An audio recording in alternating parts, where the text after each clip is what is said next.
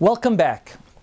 We begin the third Mishnah in Pirkei Avot. And as I mentioned in an earlier shiur, these Mishnayot are structured in chronological order.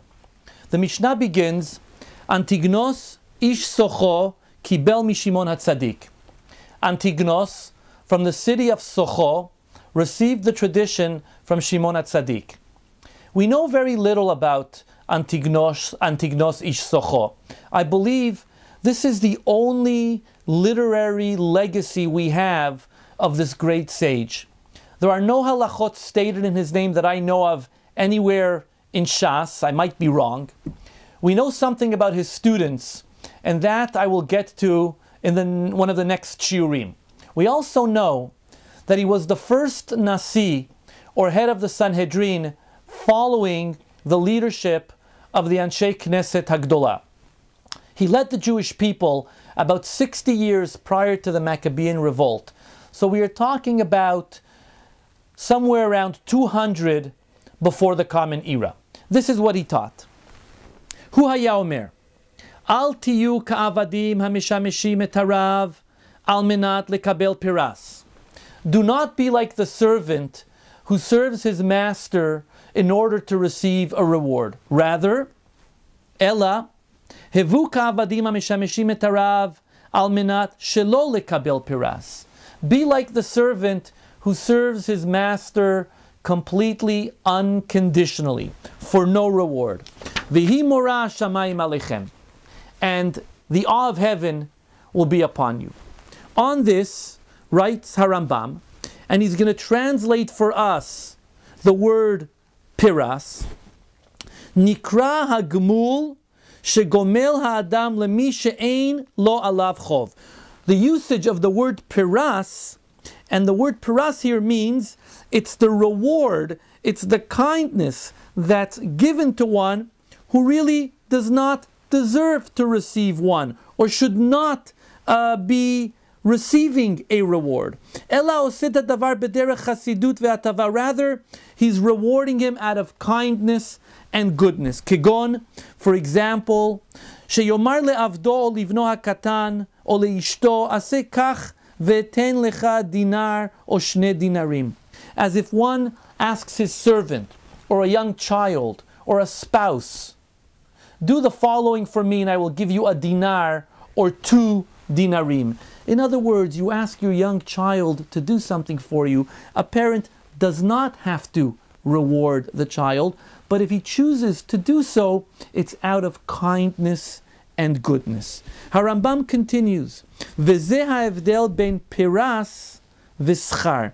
This is the difference between pras, which is the lashon Antignos uses in the Mishnah, and schar. Ki aschar nikva bechov. Schar is payment for a deed or for an action. Amar HaChasid, Atem al ta'avdu et Hashem al menat sheyativ lachem v'yaseh chesed. Don't serve God in order to receive a reward, in order so that God does goodness to you. But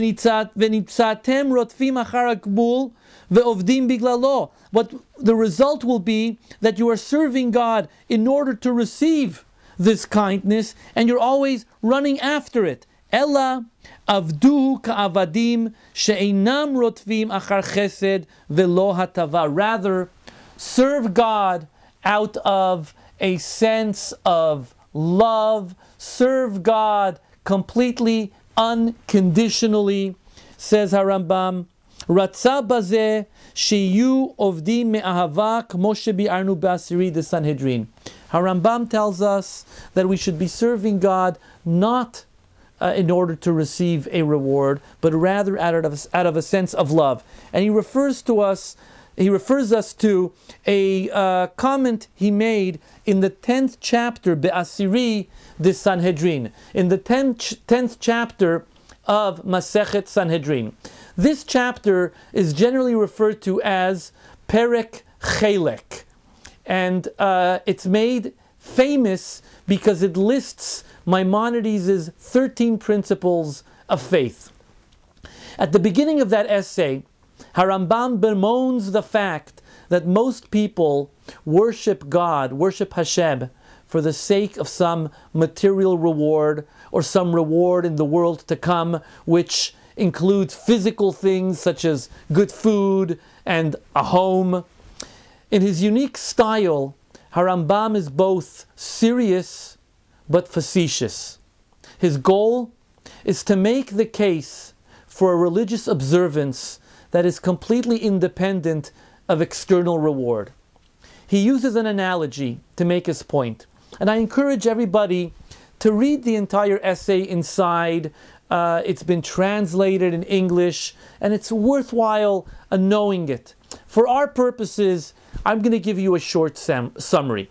Harambam describes a parent or a teacher who knows that there can be no greater good for a child than the knowledge of Torah. And yet, we all know, children have no interest in studying. So what does the parent or teacher do? Offers candy, and the child learns his first lesson because he or she will receive the reward of candy. But as the child grows, the candy is not interesting anymore. The prize has to get more elaborate. This goes on until the child, now an adult, is not promised some material good, but rather is promised a different kind of reward. Study and you will receive honor. You will be respected. She still studies for this external prize of some sort of kavod. Of course, this is far from the ideal, but the hope is that this child who became an adult will finally realize that the true prize is in the study itself. The service itself is the reward. This, Harambam says, is serving God out of love. He adds that this might be our most difficult challenge as religious, observant Jews. That is why the Chachamim always said, one should engage in Torah even for the wrong reasons, because it will ultimately lead to the right reasons. This is the application to Antignos' teaching. Do not serve God for some external reward. We serve God because the service itself is the reward. We serve out of a sense of absolute love. Thank you.